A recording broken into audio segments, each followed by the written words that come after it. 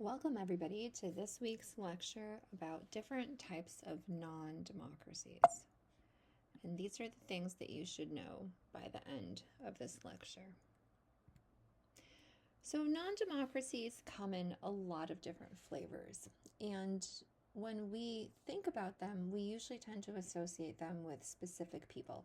This is actually an image from a children's book, a Spanish children's book about dictators. Perhaps not that surprising if you think about it, because Spain had one of the longest dictators in Europe, Francisco Franco, who we can find on this page as well, right? So here is Francisco Franco right here.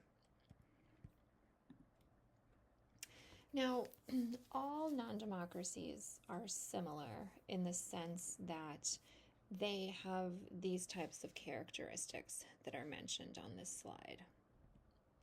But they also differ pretty significantly in terms of who is in charge, the type of legitimacy that they use to be in charge, because remember, these are political regimes where leaders do not come to power through free and fair elections.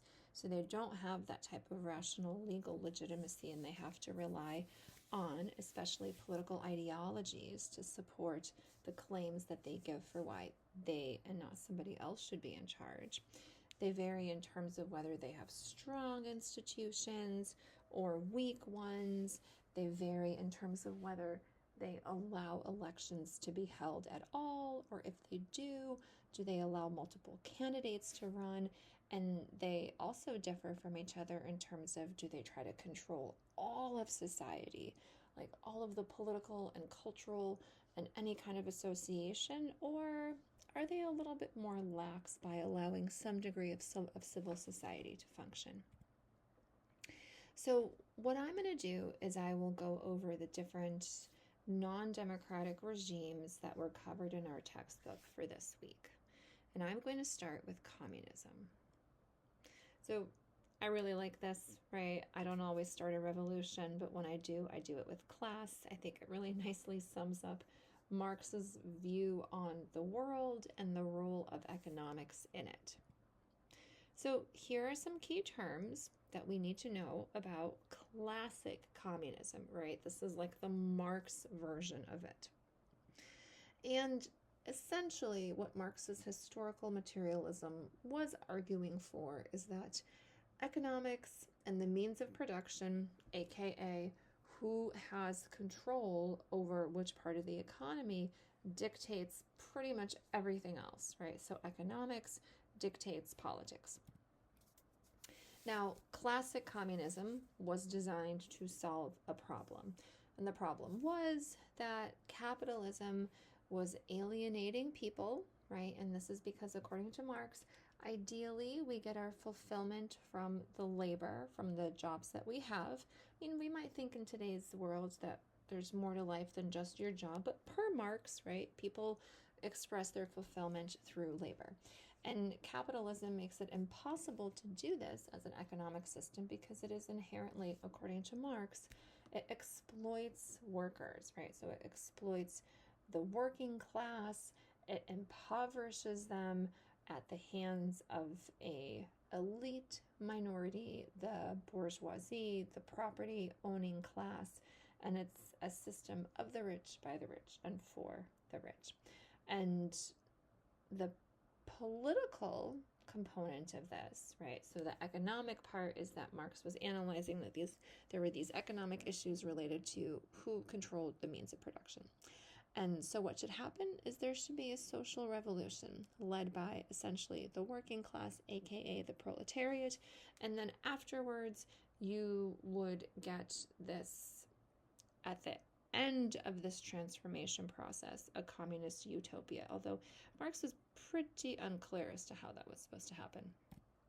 So again, right, the problem is that private property and free markets lead to inequality of an economic variety, of a social variety. And when we mean private property here, it's not like you you get to have the clothes that you own and your furnishings. Like private property would be that the capital, like the factories are in the hands of private industry, basically.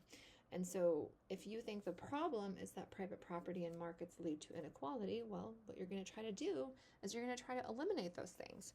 And the way that you eliminate them, per classic communism, is that you have a social revolution where not only the political system changes, but so does the economic and the cultural and the social and just pretty much everything, right? You first have socialism with a dictatorship of the proletariat, also known as the working class. And there's no need for a civil society at all, right? You need to go through this phase where the working class, after recognizing that it has class consciousness, will kind of come to their senses and realize that they need to overthrow the current system and institute this dictatorship. And then once you get to this point where all of the property has been eliminated and shared amongst everybody, then the dictatorship of the working class can end, right? There's no class divisions, there's no states, human nature changes, everything is based on equality and cooperation, and you get a communist utopia. And that never actually happened.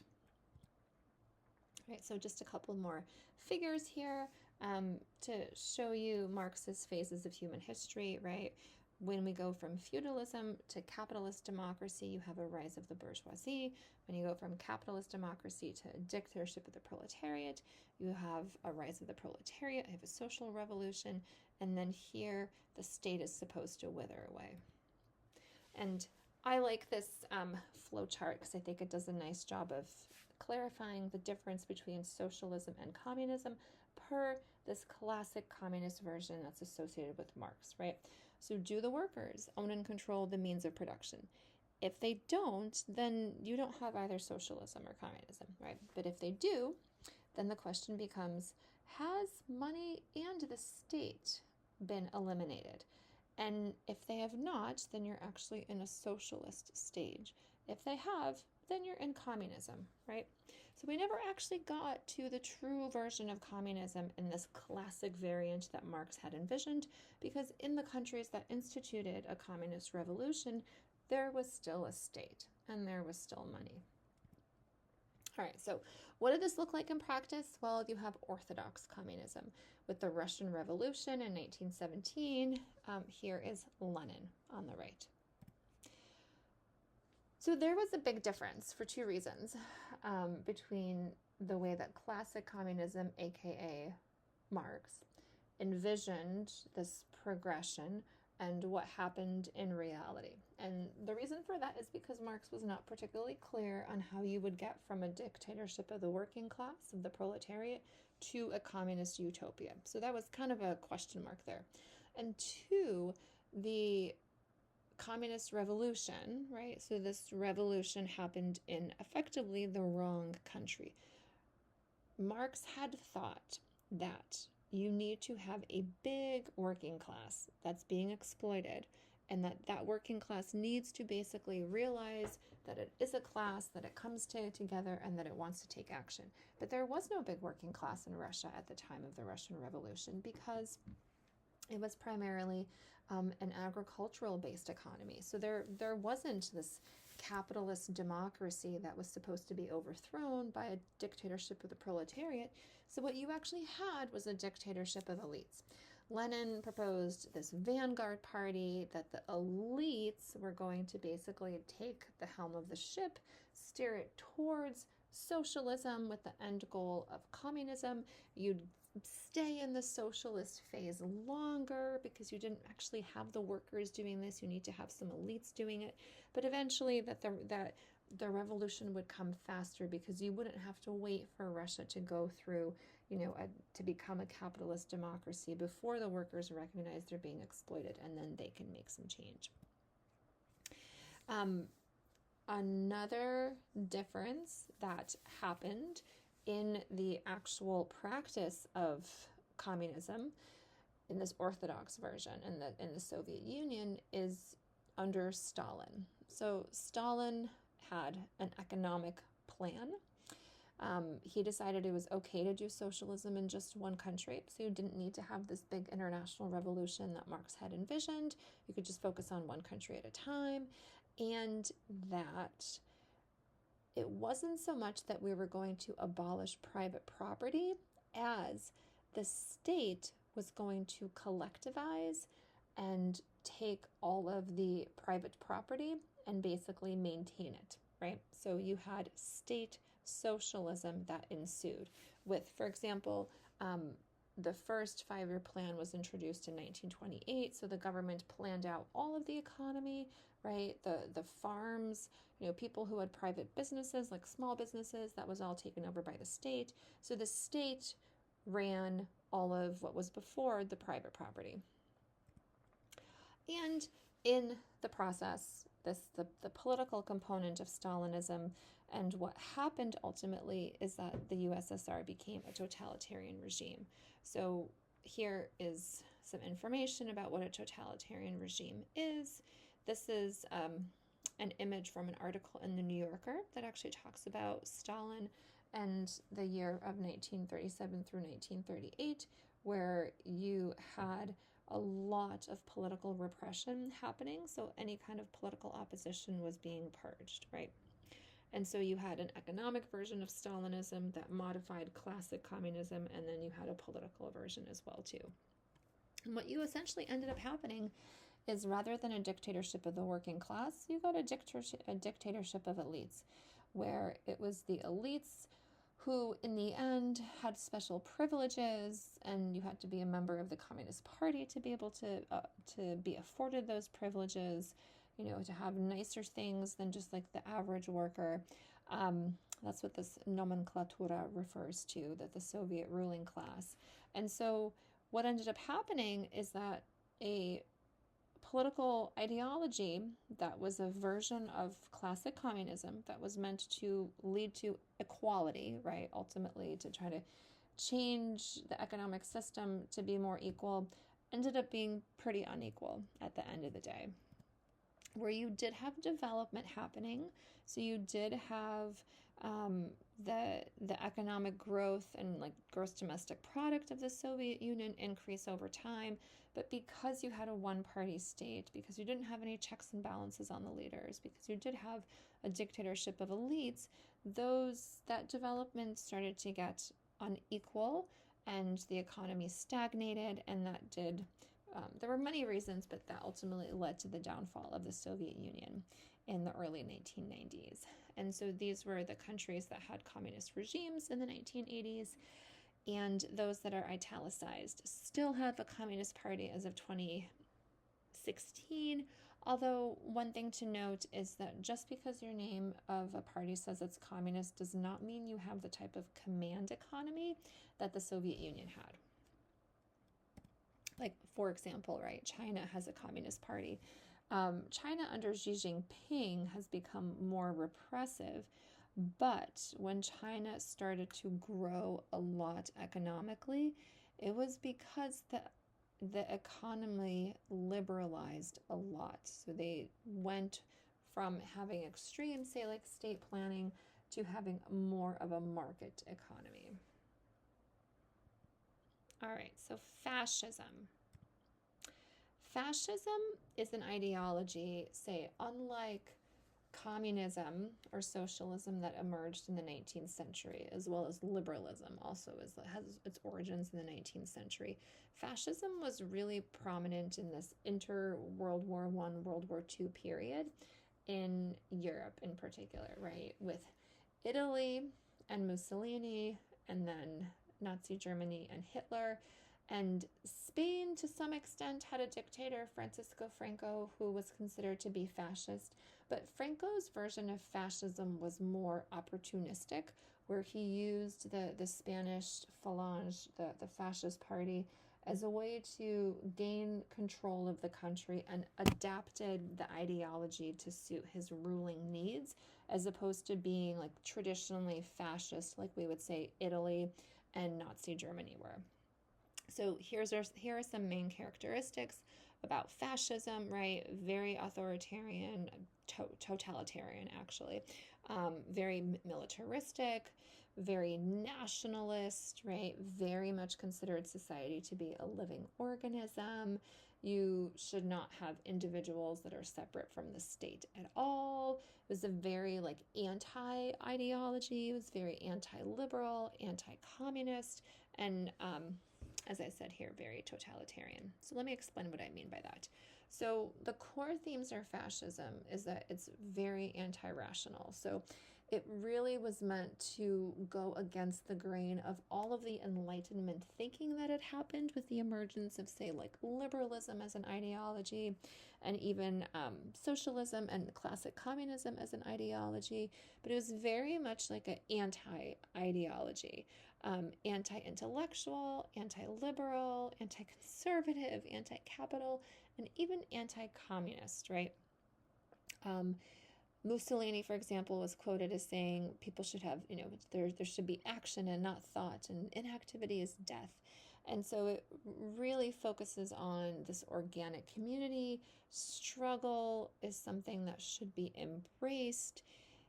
Society really is just composed of three types of people, and it's only the supreme leader who's endowed with these amazing characteristics that has the ability to lead the state, which is all consuming, right? Most people are going to be in this masses, these weak masses who the only thing that they really should do is they should follow what the supreme leader and what the warrior elites do. And it's also very ultra nationalist, so trying to like hark back to previous periods where you had sort of a glory days, new man rising from the ashes. And to get to that new glory days, it was very, very militaristic and expansionist and conquest. Like, you should actively seek all of these things out so you can accomplish what the state should do. And again, just to kind of clarify, really fascism was very and purposely anti-liberal, where all of the ideas from the Enlightenment that individuals are, endowed with certain inalienable rights because they're humans, fascism said, no, we don't think that at all, right? Individual rights, nope. Everybody is part of the state. We're this like organic organism, and only the supreme leader can make all of the decisions, and you as an individual just have no rights at all. And then I like this graphic because it shows, right, these different quadrants of ideologies that focus on high equality versus low equality, but also low freedom versus high freedom. So as you can see, communism and fascism actually differ from each other, even though they both ended up in their different versions leading to totalitarian states. Fascism was actually explicitly totalitarian, like right from the start. Classic communism and orthodox communism was not necessarily explicitly authoritarian, or totalitarian rather, but it ended up being that way. But you can see communism still really wanted to focus on equality and social equality, right? Fascism, no, not interested in that at all, right? And here's different types of fascism. So you have the extreme statism, which is really focused on kind of the Mussolini's version about the state being all important and everybody should be subsumed within the state. Just your regular, everyday version of fascism, if you will. And then the extreme racist version that was Nazi Germany. And here we have three totalitarian leaders, right? Fascist, orthodox communist, fascist, but all ended up being totalitarian. All right, so modernizing autocracies.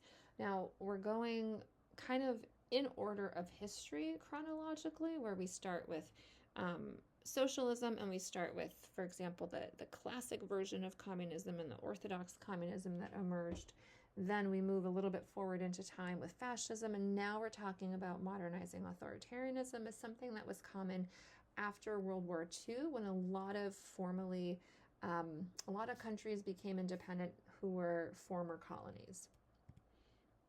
So what is modern authoritarianism really all about, right? So people also refer to it as bureaucratic authoritarianism. It's called modernizing because it's based on modernizing theory.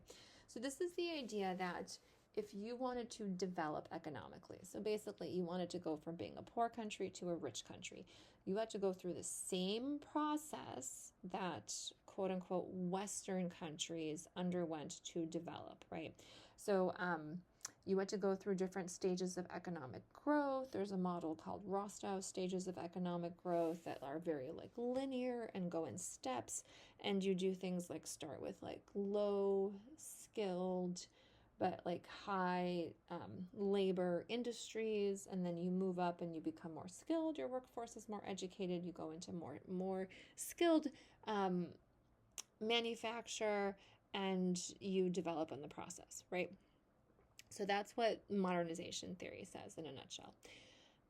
Now, there's 3 assumptions to modernizing authoritarianism so you need to do 3 things, right? 1, you need to have a modern elite who knows how to go through these stages. So these elites rely on technocratic legitimacy for why they're in charge, right?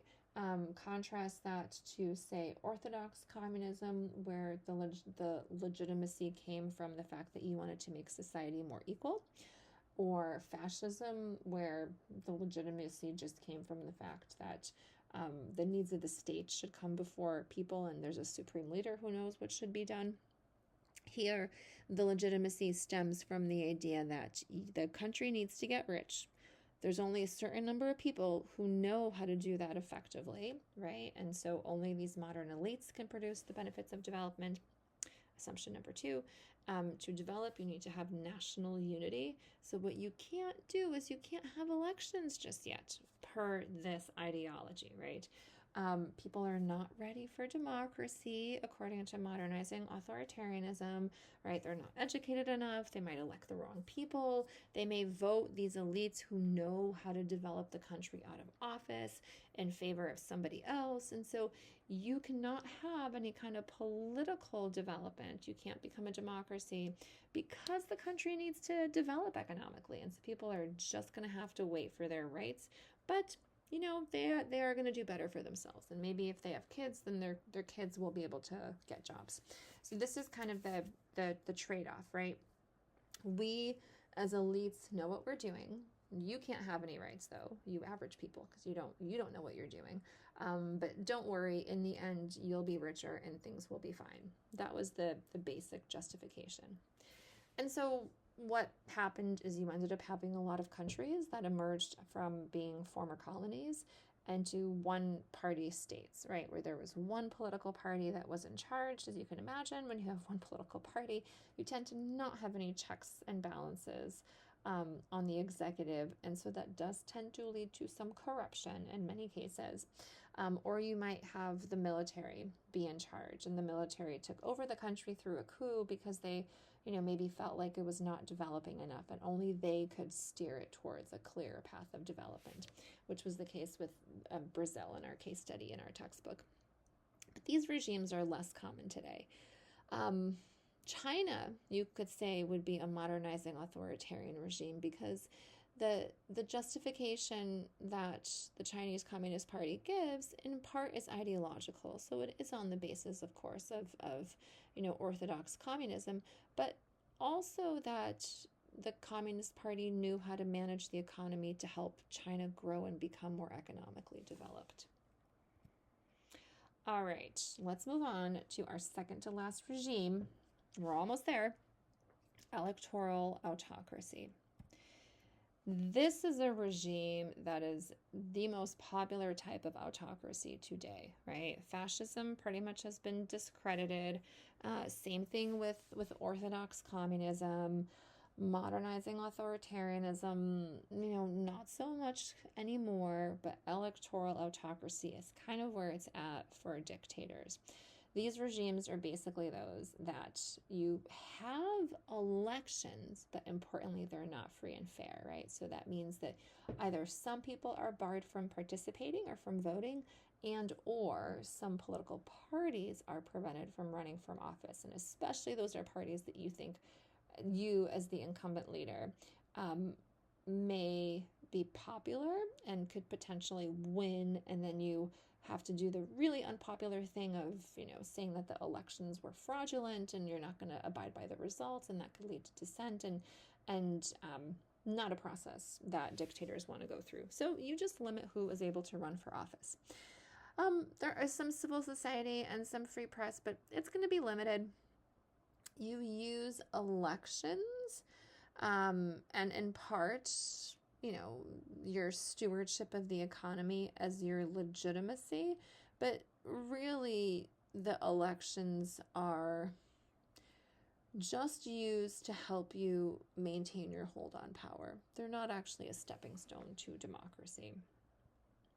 And these are the most common types of autocracies today. So if you look at those in the orange, and hopefully these are somewhat colorblind friendly colors as opposed to the red, right?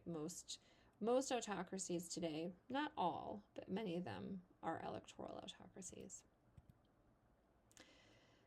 And you could see from this data set here that over time in autocracies, right, you have had single parties. It used to be the case that most autocracies were single parties, but look how huge of a decline we saw after the fall of the Soviet Union, right? Very few autocracies today are ruled by just one political party, or there's no political parties that are allowed to run for office. It's just independents. That does happen in some of the Gulf monarchies in the Middle East.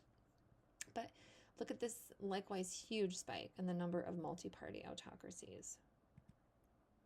And just some examples, Beatrice Magaloni wrote a great book about the PRI, the political party that was basically an electoral autocracy in Mexico, and just how competitive it was, and it kept on winning in elections. Really, really good book. And unfortunately, I could not get data back from, say, like the 1930s or so to show you like the seat share of the PRI in Mexico. But these earlier trends reflect just how popular of a party it was, and there were elections that were happening at that time. Russia also was an electoral autocracy.